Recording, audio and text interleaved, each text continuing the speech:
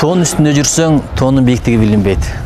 Күндө жеп аткан тамактын даамы, кадыры жеген кишиге жакшы билине бербейт. Бирок биз ичип аткан бир тамчы суунун дагы баасы бул дүйнөдөн кымбат. Харун Рашид деген бир падыш өткөн экен.